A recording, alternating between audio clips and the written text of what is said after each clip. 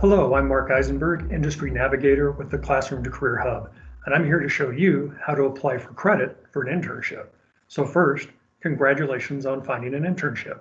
We hope it's a great experience that helps you in your career. Now, even though the employer has accepted you for that experience, there's still a formal process to go through to make sure it's acknowledged for credit. And that's what we're going to help you with today. Now, we start that process in CareerLink.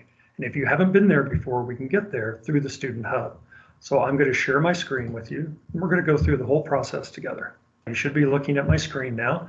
This is the Student Hub. You've been here many times before. The CareerLink is down towards the bottom. And you'll see a section called Careers and Jobs. And if you move over to the right, you'll find CareerLink. Now, if that opens up, it'll be a little different with mine. So I prepared a student version, and this is what it should look like when you sign in to CareerLink. And if we go to the left-hand navigation, you're going to see all the options. Now, before we start the application, we strongly encourage you to find out about the specific requirements of your department. And we have those all saved for you in something called Resources. If I scroll down here, and then under Resource Library. Once you get here, you can type in the name of your department. You could scroll through a bunch of options, but it's really faster just to type your department into the search. We do use the full name, not the acronyms. So I'm going to put in communication design because that'll allow me to show you a few things. And then if I click on that, I can click download. Now I've already saved that. So if we open this tab up, this is where you can find the policies for credit for your department. Here you'll find things like some general requirements, how many hours per credit, the course numbers, and any prerequisites. But there's a few things I want to draw special attention to. Now this one says right towards the top, gotta meet with a faculty advisor or coordinator before you even start the application. There are some departments that require this. So if you see that, save this information, take it with you, but go meet with your faculty before going any further. How do you know who to go to? We have that down at the bottom here. You'll see the faculty members.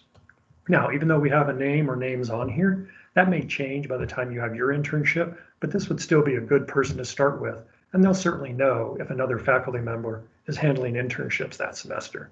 One more thing to draw your attention to is the deadlines.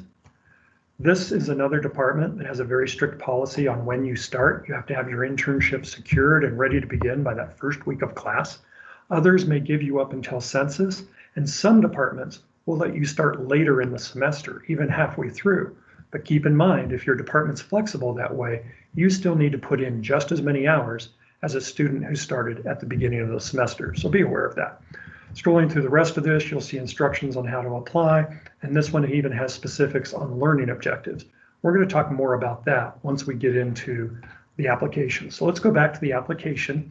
Now that we have that, we're ready to begin. So from resources, go back up and you'll see internship credit. Easy enough, click on that. Now, the first time you sign in to this area, we're going to ask you to agree to certain things, or at least read and acknowledge that you know them. There are things here such as basics about the application process, learn the things specific to your department, check with your academic advisor to see how this fits with your graduation plan, information on tuition and fees, what happens if there are changes at your internship, specifics about unpaid internships, and the evaluations that will take place. Now I skimmed through those. We do want you to read them and not just check them off and know what you're agreeing to. Once you've read them and clicked each box, you can hit submit. Now you'll see these tabs across the top, and we want to click on App for Academic Credit. Now there's nothing here yet because this student hasn't had an internship yet. So you can click the box that says Add New Internship. Now you're ready to start your application.